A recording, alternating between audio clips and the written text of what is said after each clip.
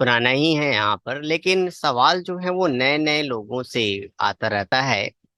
तो हम कोशिश करते हैं कि वो हमारे पिछले वीडियो को देखें, लेकिन फिर भी कुछ सवाल रह जाते हैं कि मतलब उनके अनुसार वो ए फॉर एप्पल का ही आंसर है, ए फॉर एरोप्लेन का आंसर नहीं है।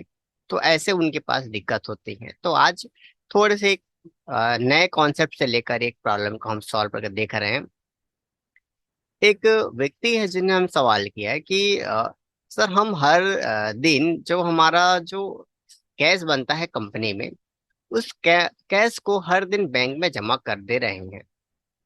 तो हमें इसका हिसाब चाहिए। कैसा हिसाब चाहिए कि हमने कौन सा नोट कितना कितना रखा था, कि 10 का नोट कितना था, 50 का नोट कितना था, क्या चीज नोट था उस दिन, हम उसका हिसाब हमें रखना है। क्योंकि उसके हिसाब के अनुसार हमने बैंक में कितना कितना क्या क्या जमा किया, ये भी हमें देखने पड़ता है कि हमने क्या क्या लिया था या फिर कैसे लिया था। ये सब हिसाब हमें देखने को मिले, ऐसा हम चाहते हैं। तो इससे रिलेटेड हमने वीडियो तो बना के रखे हुए हैं, लेकिन उन्होंने इससे देखा नहीं है और रिक्वेस्ट है, तो चलिए हम लेकर आते हैं इस टॉपिक को। देखिए, अगर आप ऐसे वर्क कर रहे हैं तो आपको कुछ चीजें हैं जो करनी है। जैसे कि आपको ना एंट्री समझ में आना चाहिए कि एंट्री कहाँ पर और कैसे करते हैं। तो देखिए, जो बैंक से रिलेटेड अगर बैंक में पैसा जमा करने की एंट्री है तो कॉन्ट्रा में करना है, ये आपको पता होना चाहिए। तो हमने एंट्री तो करके रखी हुई है, तो हम देखते हैं डे बुक में कैसे करना है। सबसे पहले इस अकाउंट के सामने अपने बैंक का नाम ले लेना है। अपने बैंक को आप कैसे बनाएंगे देख लीजिए। सिंपल तरीके से एंट्री करिएगा। अकाउंट नंबर, एफसी कोड्स, यहाँ पे मैंने बस ऐसा ही डाल दिया है। अपने अनुसार आप डालिएगा, साथ जो भी आपको डालना है। स्विफ्ट कोड, बैंक नेम जो है आप डाल सकते हैं आप, और नॉर्मल तरीके से एंट्री कर दीजिएगा। ऐसा करने के बाद यहाँ पे वो कैश लेना है, यहाँ पर अमाउंट लिखना है कि जो आप आज जमा करने वाले हैं, क्योंकि आया होगा तो हिसाब यहीं पर देखने को मिलेगा आपको। तो कैश में ही देखने को मिलता है, तो उसी का पैसा आप जमा कर रहे हो या जो भी पैसा आप जमा कर रहे हो यहाँ पे लिख लीजिए।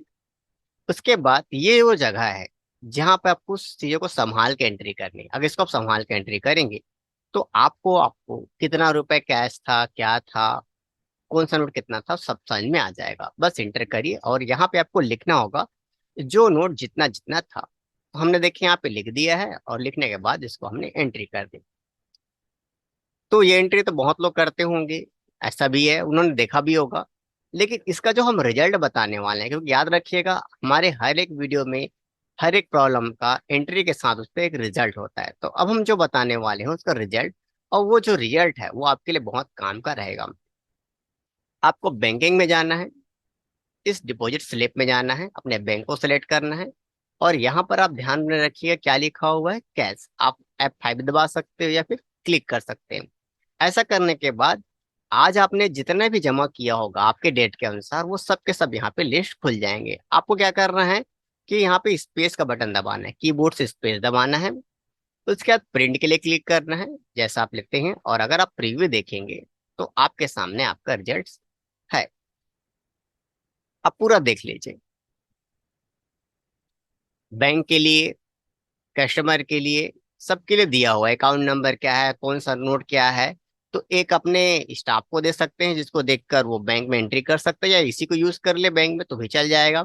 तो जैसा आपको लगता है। और एक का हिसाब यानी इसका काट के एक हिस्सा अपने पास आप रख लीजिए और एक हिस्सा उनको दे दीजिए।